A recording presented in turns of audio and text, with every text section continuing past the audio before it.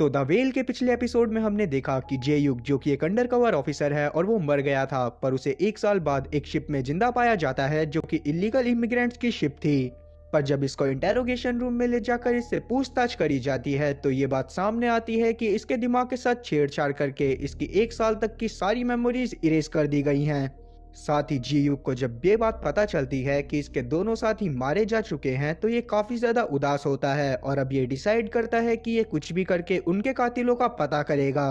और इसीलिए ये वापस से इंटेलिजेंस को ज्वाइन कर लेता है। जिसके बाद जब ये अपने केस को स्टडी कर रहा होता है तो इसे पता चलता है एम मार्ट के बारे में, जहां पर जब ये पहुंचता है तो इसे वहां पर एक रिकॉर्डिंग मिलती है। और हद तो तब हो जाती है जब इसे ये बात पता चलती है कि वीडियो के अंदर जो इंसान है वो कोई और नहीं बल्कि ये खुद है। इसने ही अपनी एक साल तक की सारी मेमोरीज इरेज करी थी। और अभी से उस वीडियो की मदद से ये इन्फॉर्मेशन मिलती है कि एनआईएस की टीम में कोई एक ऐसा बंदा है जो कि रैट है, मतलब कि जो इन्हें बिट्रे कर रहा है। और वीडियो बनाने के दौरान जी युग के पास कुछ ऐसी मेमोरीज थी जो कि वो नहीं चाहता था कि किसी को भी उसके बारे में पता चले। पर वो इस वीडियो में भी उन मेमोरीज के बारे में कुछ भी नहीं बताता, क्योंकि वो जानता था कि अगर धोखे से ये वीडियो किसी और के हाथ में लग गई तो इसके लेने के देने पड़ जाएंगे। पर ये वीडियो में इस वाले जे युग के लिए बस इतना मैसेज छोड़ता है कि इसे किसी के ऊपर भी भरोसा नहीं करना है, और अगर ये पूरे के पूरे केस को सॉल्व करना चाहता है तो इसे उस गुत्थी के आखिरी पहलू को ढूंढना होगा। तो अब इस एपिसोड की शुरुआत में हम लोग एक ड्रग एडिक्टेड बंदे को देख पाते हैं जिसकी एक कार क्रैश के दौरान मौत हो जाती है। और वहीं हम लोग जी युग को भी देख पाते हैं जो कि अभी भी अपने ही वीडियो के बारे में सोच रहा था, जिसमें इसे यही बोला गया था कि अगर तुम्हें एनआईएस के गद्दारों को पकड़ना है तो तुम्हें पहेली के आखिरी हिस्से को ढूंढना होगा। तब इसकी कलीग इसे काफी सारी चीजों के बारे में बताने लगती है, पर जी युग का तो उन पर ध्यान ही नहीं था और इसीलिए बाद में वो उसे चुप करवा देता है और वहां से चला जाता है। और आगे जी युग वापस से सोचना चालू करता है, क्योंकि वो किसी भी तरह से उस धोखेबाज को पकड़ना चाहता था जिसकी वजह से इसके साथियों की जान गई थी। साथ ही वो धोखेबाज क्योंकि एनआईएस में से ही कोई था, इसीलिए जे युग किसी के ऊपर भरोसा भी नहीं कर सकता था। आगे इसकी मुलाकात सुयान से होती है जो कि इससे अच्छे से बात नहीं करती,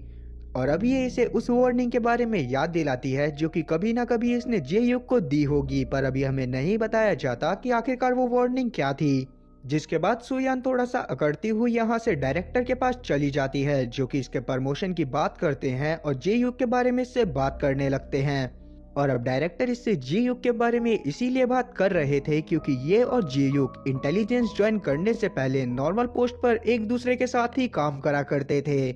जिसके बाद जे युग के बारे में इन दोनों की और भी काफी सारी बातें होती हैं और एट लास्ट डायरेक्टर इससे बोलते हैं कि तुम जे युग के ऊपर हमेशा नजर बनाकर रखना। और वहीं हम लोग जी युग को देख पाते हैं जो कि जब शूटिंग रेंज की तरफ जाता है तो यहाँ पर एक ऑफिसर शूटिंग प्रैक्टिस कर रहा था, जिसे यह बड़े ध्यान से देखने लगता है।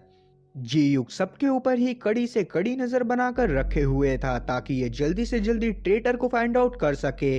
आगे जब ये अपने घर में पहुंचता है तो यहाँ पर इसने 4 फोटो को जमा कर रखा हुआ था जो कि 4 उन्हीं लोगों की फोटो थी जिनसे ये ज्यादातर अपने ऑफिस में मिला करता था। तब ये उन 4 लोगों की फोटो को दीवार पर लगाता है जो कि इसके हिसाब से सस्पेक्ट हो सकते थे।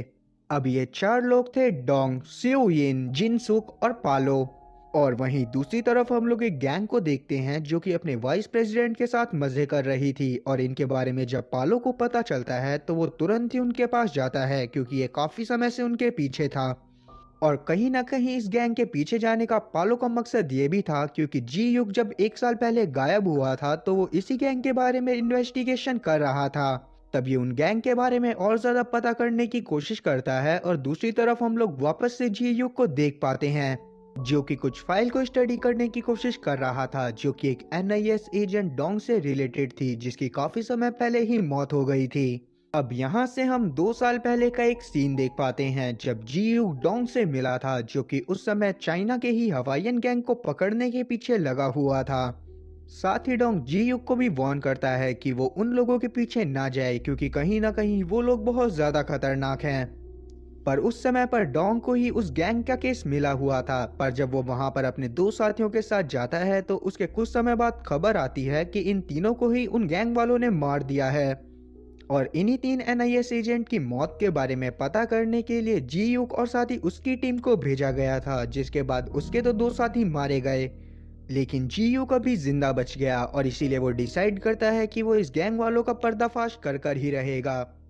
और अब यहाँ से सीन प्रेजेंट में आता है, जहाँ पर हमें पता चलता है कि इस गैंग के पीछे सिर्फ पुलिस वाले ही नहीं बल्कि NIS के एजेंट भी पड़े हुए थे, क्योंकि इस गैंग के लोग यहाँ के लोकल लोगों को ड्रग की आदत लगवाकर उन्हें ड्रग बेचते हुए पैसे कमाया करते थे। और अब इस गैंग के वाइस प्रेसिडेंट को पकड़ने के लिए जी-यूक अपने एक खबरी को फोन करता है जिसका नाम था गिल, जिसके बाद ये गिल की मदद से काफी सारे लोगों को पकड़ता है जो कि हवाईयन गैंग के ही मेंबर थे। अब हवाईयन गैंग के इस एरिया में मौजूद लगभग सारे लोग पकड़े जा चुके थे जिनके बारे में इंफॉर्मेशन गिल को थी। और फिर एक दिन वहां के लोकल पुलिस वालों को हैंग चियो के बारे में खबर मिलती है जो कि इसी गैंग का वाइस प्रेसिडेंट था। तब ये लोग चियो को पकड़ने के लिए जाते हैं, पर जब ये वहां पर पहुंचते हैं तो चियो वहां से भागने की कोशिश करने लगता है, लेकिन जब वो भाग रहा था तो बाहर ही काफी सारे पुलिस वाले उसे घेर कर खड़े हो जाते हैं और इस तरह से इनका वाइस प्रेसिडेंट भी पकड़ा जाता है। पर जब ये लोग उसको पुलिस स्टेशन में लेकर पहुंचते हैं तब पुलिस स्टेशन में एक कॉल आता है और दूसरी तरफ से एक मिस्टीरियस आदमी बोलता है कि इन्होंने एक पुलिस वाले को होस्टेज बनाया हुआ है और अगर ये जल्दी से जल्दी चियो को नहीं छोड़ेंगे तो वो लोग इस पुलिस वाले की जान ले लेंगे। तब सभी पुलिस वाले डर जाते हैं और दूसरी तरफ हम लोग जी-यूक को देख पाते हैं जो कि डॉन क्यून के साथ जिनसुक से मिलने के लिए जा रहा था।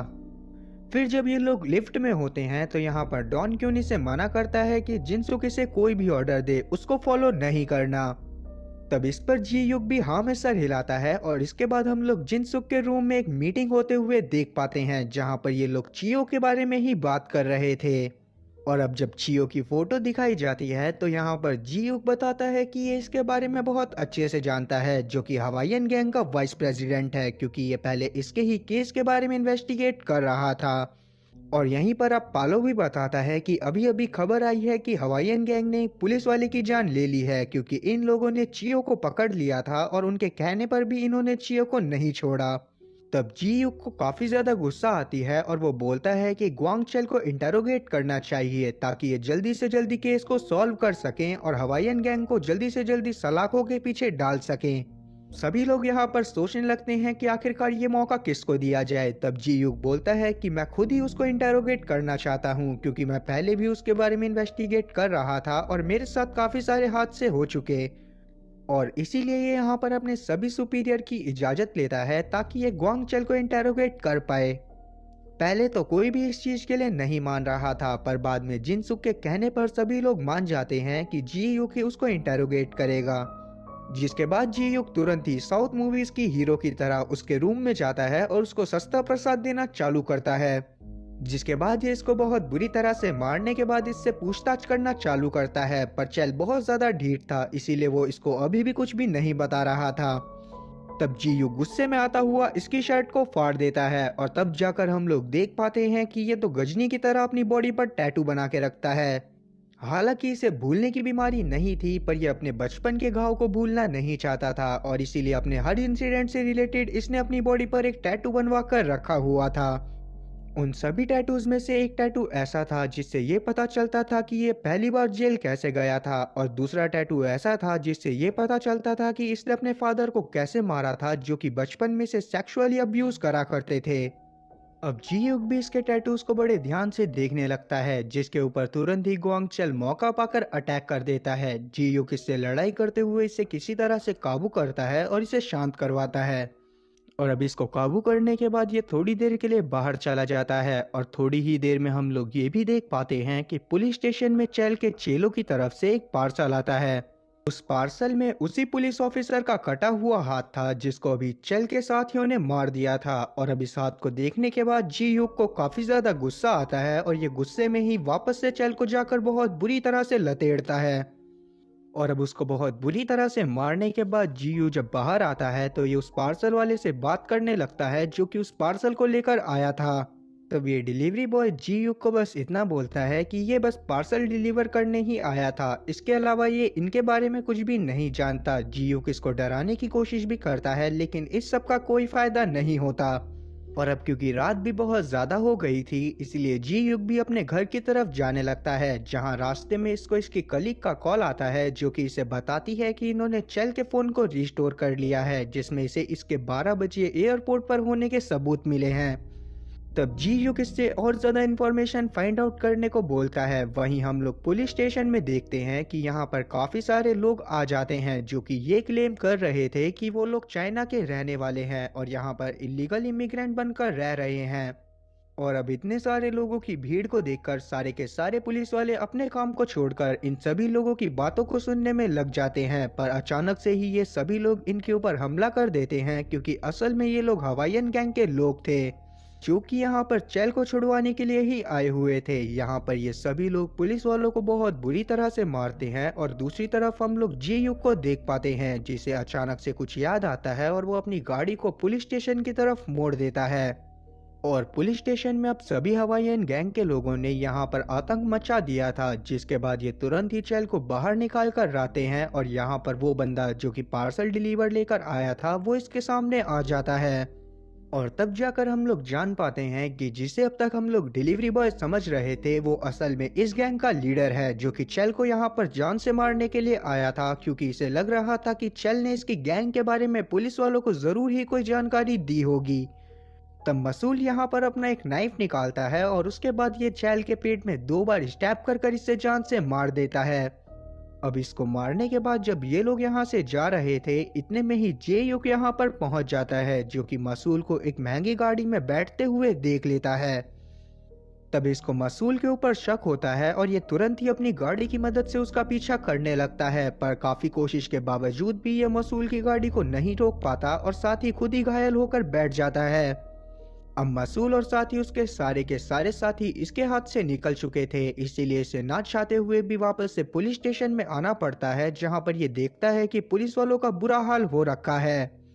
और इसके बाद जब ये कुछ लोगों को पहचानने के लिए सीसीटीवी देखता है तो इसे पता चलता है कि इनका खबरी खुद भी हवाईयन गैंग का ही मेंबर था। और ये चीज देखने के बाद तो इसके तोते उड़ जाते हैं और इसी के साथ ये एपिसोड यहीं पर खत्म होता है। तो उम्मीद है कि एक्सप्लेनेशन अच्छी लगी होगी। अगर एक्सप्लेनेशन अच्छी लगी हो तो चैनल को सब्सक्राइब करना और बेल नोटिफिकेशन को ऑल पर सेलेक्ट करना और वीडियो को भी लाइक करना। मैं ऐसी ही और मजेदार एक्सप्लेनेशन वीडियोस लाता रहूंगा। खैर तब तक के लिए टाटा और गुड बाय।